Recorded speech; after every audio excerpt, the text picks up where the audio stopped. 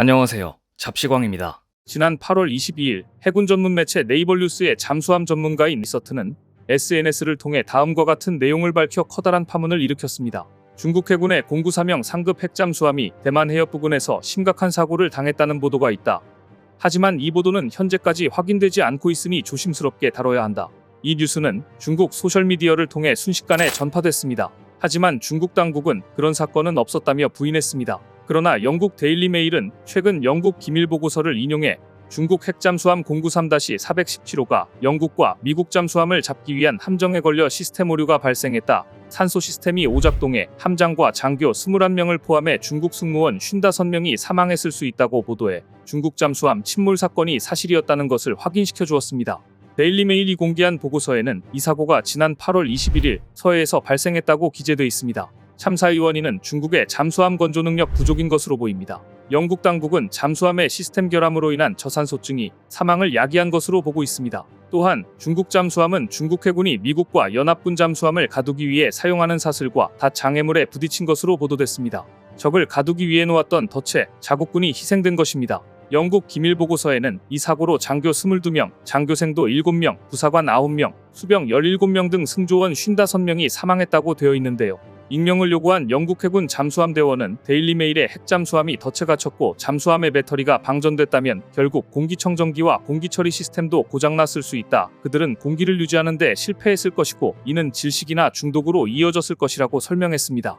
이어 영국 해군은 이러한 상황에서 이산화탄소를 흡수하고 산소를 생성하는 키트를 보유하고 있지만 중국에는 이런 종류의 기술이 없을 가능성이 높다고 덧붙였습니다. 사고 잠수함인 공구사명 잠수함은 길이가 110m이며 배수량은 7,200톤, 최고 속도는 수중에서 30노트며 무장은 533mm 어뢰발사관이 6개고 순항미사일을 16발에서 24발까지 실을 수 있습니다. 승조원은 최대 100명이며 모두 6척이 실전 배치 중인데요. 극구 감추고 싶었던 잠수함 침몰 사고가 사실로 밝혀진 지금까지도 중국은 공식적인 논평을 하지 않고 있습니다. 자국군 사망의 직접적인 원인이 잠수함 결함이기 때문에 도저히 공개할 수가 없는 것입니다. 하지만 분명한 사실은 최근 서해에서 잠수함의 중요성이 날로 높아지고 있다는 점입니다. 얼마 전 대만도 중국에 맞서기 위한 첫 자국산 잠수함 하이쿤을 공개했습니다. 진수식에 참여한 차이 잉원 대만 총통은 이렇게 의미심장한 발언을 했습니다. 과거에는 국내에서 잠수함을 개발하는 것이 불가능하다고 여겨졌다.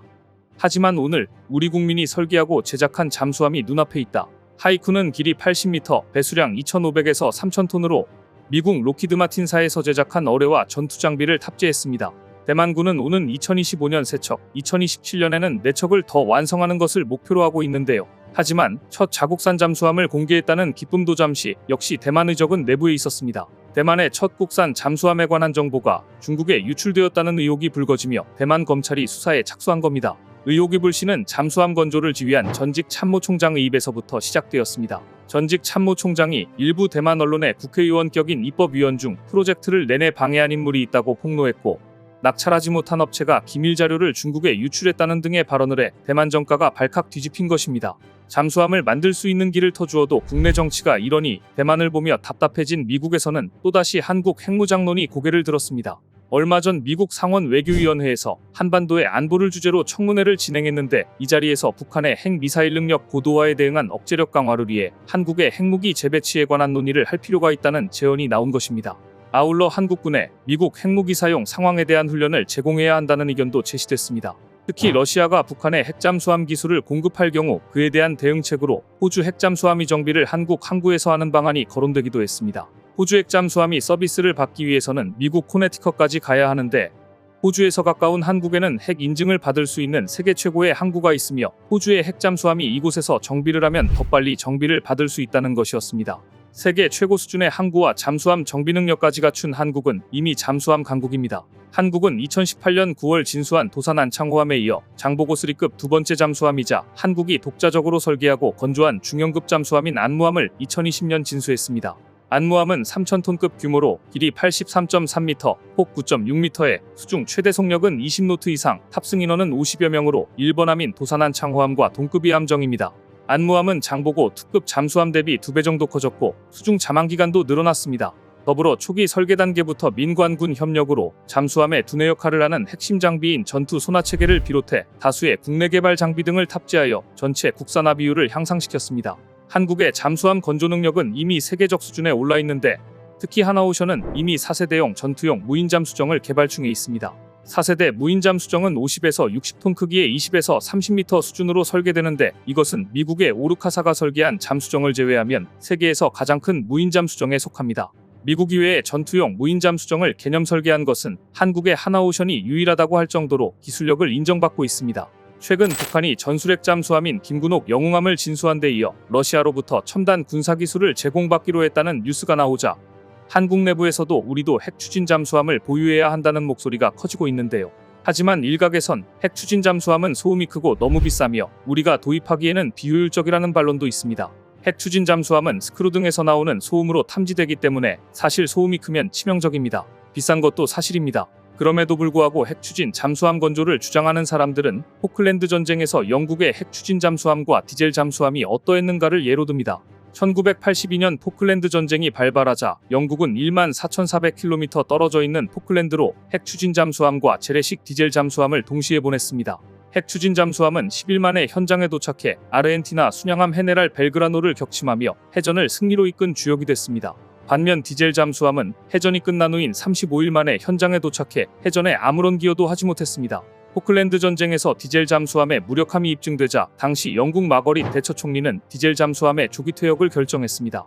현재 영국은 미국처럼 핵추진 잠수함만 운용합니다. 소형 원자로로 움직이는 핵추진 잠수함은 25노트의 빠른 속도로 장시간 항해할 수 있는 반면 디젤 잠수함은 고속 항해 시 배터리가 1시간 만에 방전돼 느린 속력으로 항해해야 하기 때문에 고속 기동 등 수중작전 능력은 비교가 되지 않습니다.